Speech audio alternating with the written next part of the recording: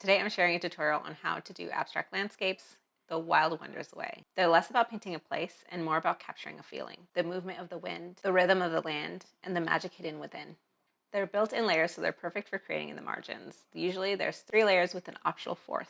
So pull up a chair and let's paint together. But before we jump into the overview of the supplies, just a note, please feel free to pause the video as we go through the layers and to ask any questions if it's not clear, because it's the first time that I'm filming the process for these landscapes. All right, before we jump into layer 1, let's go over the supplies. First up, I've got my coffee. I usually have that when I'm painting. Then I have 3 brushes here.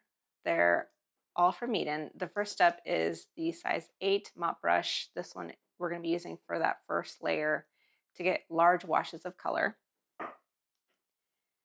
Next up is a 5. We'll be using this one and this one that I believe is a 1. I've used it so much that the number has actually faded, but these we'll be using for layer 2 of watercolor as well as the shimmer layer. Next up, some water. I've got my bowl. This is an old candle that I washed out and used. You can have an extra container for some clean water if you want, but I usually just use the one bowl because I work in small margins and I use very limited colors so the water does not get that dirty. Next up, some napkins or some paper towels, your sketchbook or paper of choice. I'm going to be working in my warm-up sketchbook today. All right, for watercolor, I've got my large ceramic palette.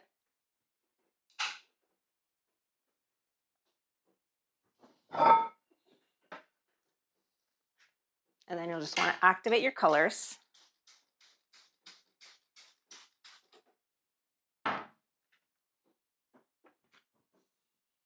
And then later on, we'll be using shimmer watercolor. I'm using this set from Arteza, the metallic watercolor half pans. There's a really nice selection here. So we'll be using that for the third and final layer. We'll be starting by wetting our paper first, and we're going to use the largest brush we've pulled. I'll be using the 8 from Meeden. And I usually wet my paper in circular motions just to warm up my wrist, but you can wet your paper in whatever way you want. Also, starting with the circular formations for the water helps create a circular motion for the outer edges of our landscape. Now we're going to add in our first color, and I usually use yellow for the sun. I usually start off in the center, but you could either start from the top left or from the top right. And I just make little C shapes to make it seem like it has sort of rose petals. And I do add a bit of pressure to the brush to create these little white spots in the middle. Now our second color, and here I'm using blue, and here you're going to start to see me using a rolling brush technique. So I'm just rolling the brush, and this I learned from Bindi. I highly recommend her classes on abstract watercolor. That's where I learned a lot of amazing things. And so I'm just moving the brush around the sun, and you can have fun exploring with how you want this composition to come together. And we want this layer to be very light, so I'm going to come in with a paper towel to just dab out a little bit of the watercolor where I feel like it concentrated a little bit too much. We just want a light foundation for the other layers to sit on top of. Now we're going to be adding some splatter with that blue just to give it a softer edge on the top corners. Now we're going to come in with our third color, and I'm using green because I want this to look like a field. And with these brush strokes, we're going to hug that sky color and try to leave a little bit of space between them so that you define the horizon. And I'm just coming in and giving it a flowing shape to the edges. I really love when it has a soft edge and it seems to kind of just disappear. I want these brush strokes to be very loose, so what helps is if you hold the ferrule higher up so that you have less control, and just have fun with it and see what works for you. And again, a little bit of splatter for that softer edge. I want to share an optional supply. It's a heat gun in case you are working and you don't want to wait for your layer to dry. You can use the heat gun. What I did was I waited for it to dry, and I was working in my other sketchbook. So you can do that between layers. That's how I maximize the use of margins. So you can either use a heat gun or just let it dry. Now that our first layer is completely done, we're going to come in with the smaller brushes. I'm using what I think is a 1 and a 5 from Meeden. And on this layer, we're going to work mostly from the center out, but as you start to get more marks on the page, you may see that you want to add a particular color back in somewhere. I'm adding brush strokes in C shapes, and I start putting a lot of pressure at the beginning and then kind of let go so it has a soft start and a soft beginning. And I do these mostly in groups of 3 because I think that is the magic composition and it helps the eye with movement. This brush comes to a point. I added a few dots here. As you start to paint more, you'll start to see where it is that you like to place these. I usually place them where there's a little bit of a white space, and I also try to cluster them in sections to move the eye around the composition. As I add strokes and texture, I'm trying to follow the shape that we laid on our foundation layer very loosely, just to accentuate the movement that we had originally captured. Before we move on to our next color, I'm just adding a few more dots here to fill in the space. Now with the second color, I'm starting in the middle of this right section just to have a focal point. The other ones will be supporting marks.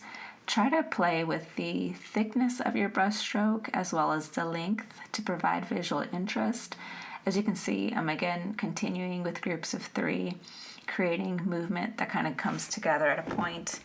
And I also encourage you, wherever possible, add a special mark that brings you joy, because for me, that's a heart, and I like to sprinkle them throughout, at least one per painting. We're going to repeat the process for the other side. If you paint smaller, you can have a little bit more fun on how you arrange these. My sun was really large, so I'd had very limited space for the sky, but you could add really fun swirls in the sky to capture the possible movement of the wind. And you're going to start to notice that all my brush strokes are kind of coming together at that point where the sun, the sky, and the field come together. And now for our third color. Since we have a little more real estate in the lower portion of the page, we can start introducing some larger, more dynamic swirls. These create a sense of movement while still honoring the focal point we established earlier along the horizon line, that little clearing where all 3 colors come together. Have fun with this. The direction you take will depend on your foundation layer. Maybe your sky has more open space to explore, or perhaps your foreground does. Follow your curiosity and try different swirl shapes. It's really fun to see the different movement that you can capture by combining the different thicknesses of strokes and the length of them as well. If you're not entirely sure where to start with your swirls, try to follow along the edges of your foundation layer. Those can be good indicators of where the movement should be. The more you do these, the better you're going to get at capturing movement and creating a composition that creates flowing movement. Now, since we want this to be a field, we're coming back in with some more green to add some blades of grass. And I did add a tiny bit of Payne's Gray to my green just to give a little bit more definition and contrast to that green. Don't be afraid to mess this up. Honestly, I think the messier these blades of grass are, the better. Don't be afraid to let this whole thing feel a little wild and imperfect. Sometimes it takes creating something you don't love to discover what you do love. Every mark teaches you something, every experiment gives you information, so let yourself play, stay curious, and see where the page takes you. I'm continuing to build up the grass, focusing on the areas with more white space above them. By changing the height and the density, we can create a horizon line that feels a little bit more natural and visually interesting. Now we can begin adding detail marks that accentuate our spirals. These little touches help guide the eye through the movement of the spirals and help reinforce the movement we've already created, and adding a little bit more depth and energy. As you work, you'll start to see areas that need a little more detail, like this area here that I felt needed a little more grass texture. Have fun with this stage, play around with different approaches, and see what catches your eye. Now we're going to come back in with some yellow and add a few dots to represent the wildflowers scattered throughout this field. Of course, you can choose whatever color speaks to you. I'm keeping mine yellow because I want the flowers to feel a bit understated, allowing the sun to remain the star of the show. You could also use some splatter here to suggest the wildflowers. I'm choosing to add individual dots, placing them in some of the larger pockets between the swirls and along the curves where the swirls flow through the field. I also tucked another little heart into the piece where 2 swirls meets. This is one of my favorite places to hide them, nestled into the painting like a tiny little surprise waiting to be discovered. After these last few dots, we're going to add some more definition to our sky, and I also mixed a little bit of Payne's Gray to the blue to create a little more contrast in those sky swirls. If you have a darker blue, you can use that as well. We're adding small lines to create more movement and add visual interest, especially to those larger swirls. We want to break them up so that we can capture more movement in them. And here I'm using the tip of my brush and allowing the brush stroke to look like it's skipping along the page to break down those lines a little bit and add more dimension to each of these larger swirls. I used Payne's Gray to add a few dots along the lighter edges. If you prefer splatter, this would be a great place to experiment with that as well. Personally, I find adding the dots really meditative. They remind me a bit of stippling, just slowing down, being present, and gradually building texture one mark at a time. It's a simple detail, but I think it adds a nice sense of depth and interest. This layer is ready once you feel you've captured all the details you want to capture. I actually added a little bit more splatter, and then I ended up mixing a bit more Payne's Gray into the green to add some more contrast to the swirls, and in some areas I added some more swooping detail lines and then tiny ones just to add a little bit more definition because I felt like these areas were a little flat. I decided to finalize this layer with a little bit of green splatter on the edges, and then we're just going to let this dry completely before we come in with shimmer details. Get to allow plenty of time for your shimmer watercolor to activate. I feel like they work their best when they soak up water longer than regular watercolor. If you have never tried shimmer watercolor, I hope this gives you a little nudge. It's my favorite part, and I love seeing what the light does to the painting. You don't have to cover your entire painting with shimmer watercolor. In fact, I usually don't. I like to use it as an accent, adding little touches that catch the light and draw attention to certain areas. Just like the brushstrokes we added in layer 2, try varying your marks. Some can be bigger, some shorter, some more clustered together. Those variations help create interest and movement throughout the piece. You can also do what I did and use 2 different blues to add extra detail lines and depth. I typically like to work from the center outward, building around the focal point. Although, if I'm being honest, I got a little carried away here and started with the blue first. In an ideal world, I would have started with the gold shimmer and then layered the blue around it. But that's part of the fun. Sometimes we get in the zone and the painting leads the way.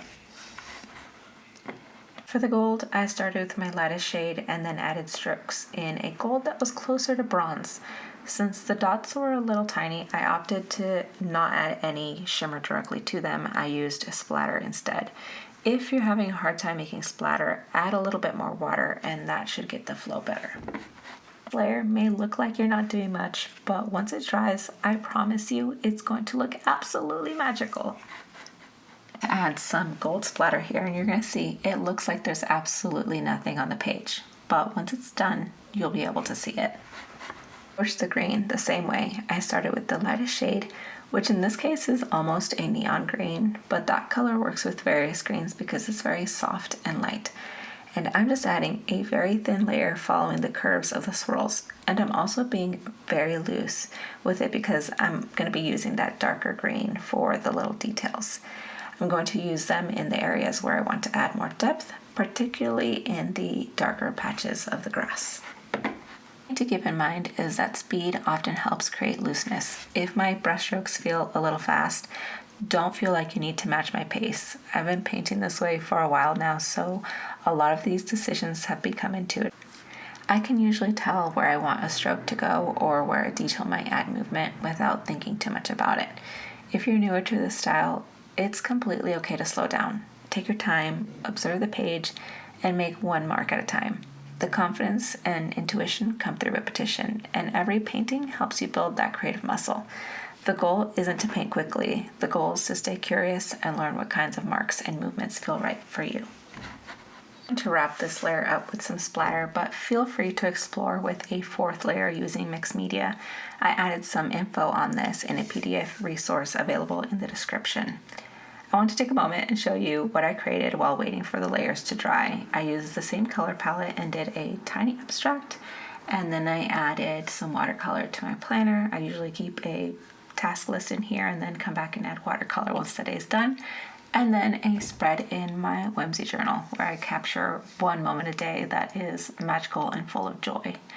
And then the final reveal of our Wilde Wonders landscape. You can see those shimmer details popping. Isn't it magical?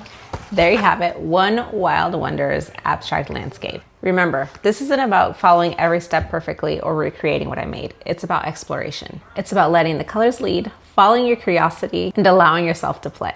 I hope this process inspires you to pick up your brush, create a few swirls, and discover a little magic of your own. Until next time, stay wild.